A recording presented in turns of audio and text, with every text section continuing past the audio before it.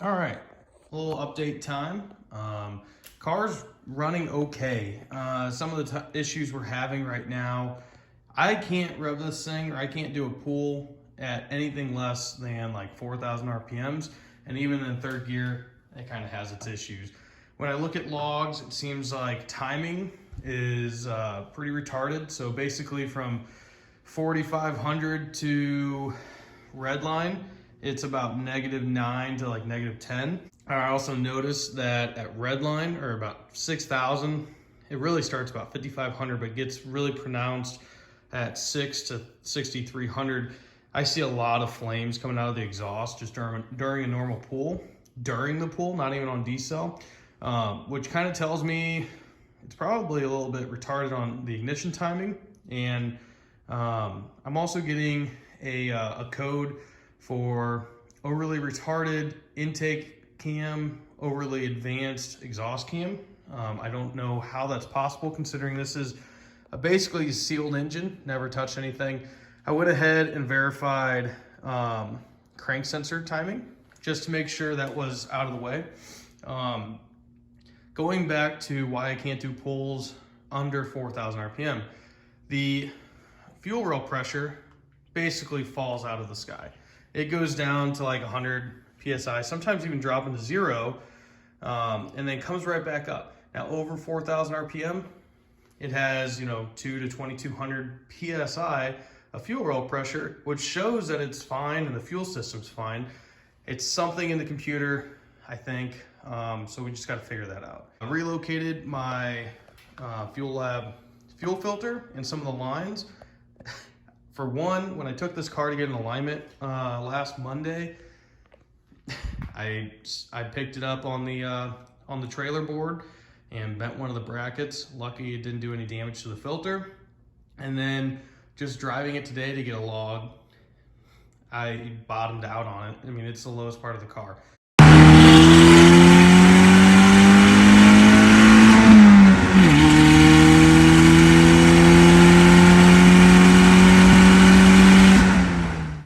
Decided to tear apart this engine.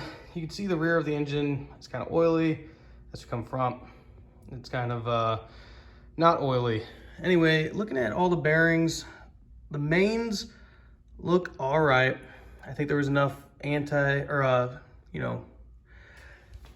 assembly lube for it not to really matter. Now, I am glad I'm gonna tear this apart because some of these bearings, like I think this one, yeah. This one, there's no gouging.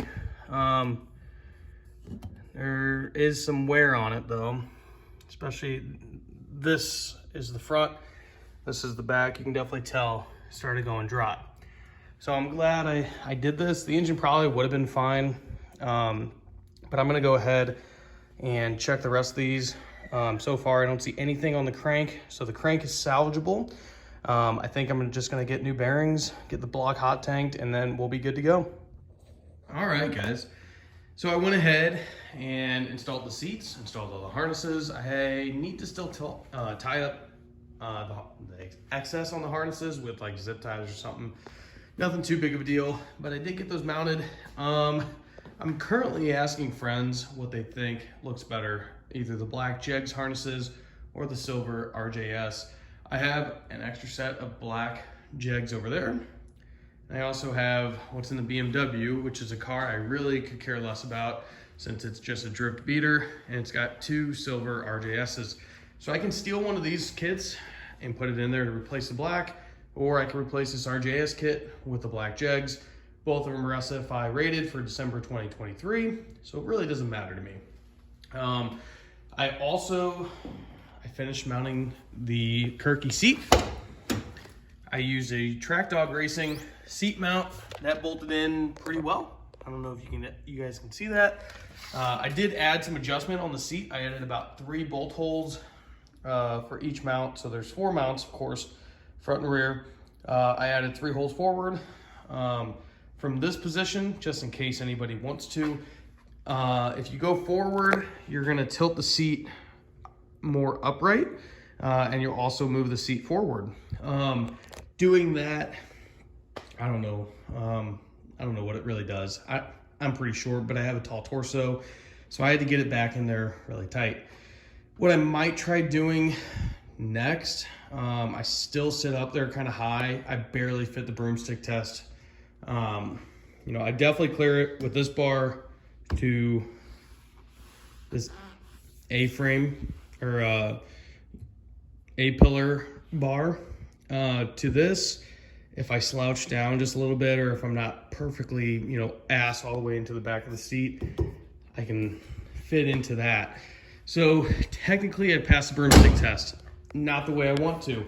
So what I'm thinking is potentially doing the Track Dog Racing lower seat mount, or the low seat mount, which drops you down another like 3/4 of an inch, I think. And if that doesn't work, then I'll have to do a lowered floor plan. Well, I kind of feel like an idiot.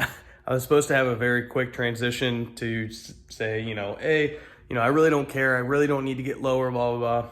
Well, I just talked for like 4 minutes to this camera and looked up, and so it wasn't recording. Anyway, long story short, yes, I don't think I need to do a lower floor pan just because I do pass the broomstick test right now. I am going to be the one driving this car. I don't suspect many people are going to be driving it other than me.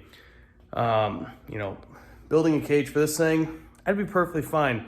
That thing has more than enough room. I sit super low. I never even have to worry about not passing a broomstick test in that thing. Speaking of this car, I do have a drift day this Saturday, assuming I get this video out this week. But it's drift day 19 up in St. Louis. Abby and I are going up. I'm looking forward to it. Finally hope to pop these tires. They've gone through 2 freaking drift events, and you know, they're barely like at half life. So, you know, this thing has plenty of power. I've always drifted in second gear. It has a good amount of smoke in my opinion. But these tires have been holding up pretty well. But like I said, drift day on Saturday, try to get some videos. We'll see. When I'm driving, I like to drive. I don't have to worry about recording videos or anything. And plus, I like recording the process of, you know, what's going on in the garage more so. But, yeah. So we got a big event with this thing coming up this weekend. Hopefully we get this thing dyno tuned or tuned in March, April timeframe. At least that's the plan.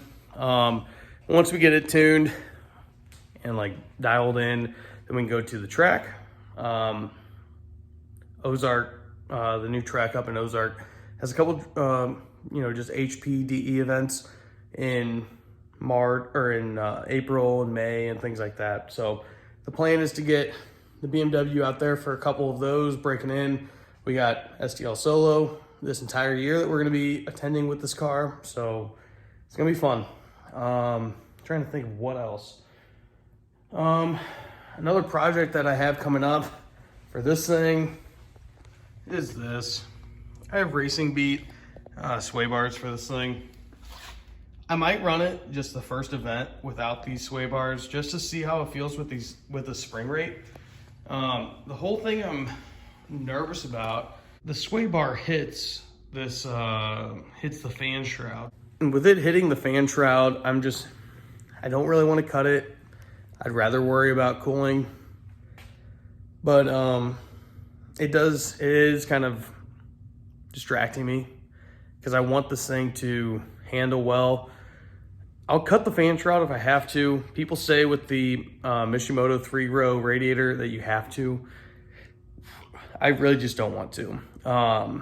We'll figure it out though. We'll probably do this next event without a front. Well, it has the factory front sway bar. We'll see how it feels. I have 10K fronts, 4K rears for spring rates. If the car feels like it needs a stiffer sway bar, which I kind of lean towards that it's gonna need one, then we'll do the modifications. We'll get that front one installed. The rear one, it doesn't even have one right now. So we'll get the rear one installed too. That way it's balanced, especially with well, I don't know. We'll figure it out. But that's kind of the update for the Miata. Put down in the comments whether or not you think we should do the silver RJS harnesses or the black Jegs harnesses. So just comment below.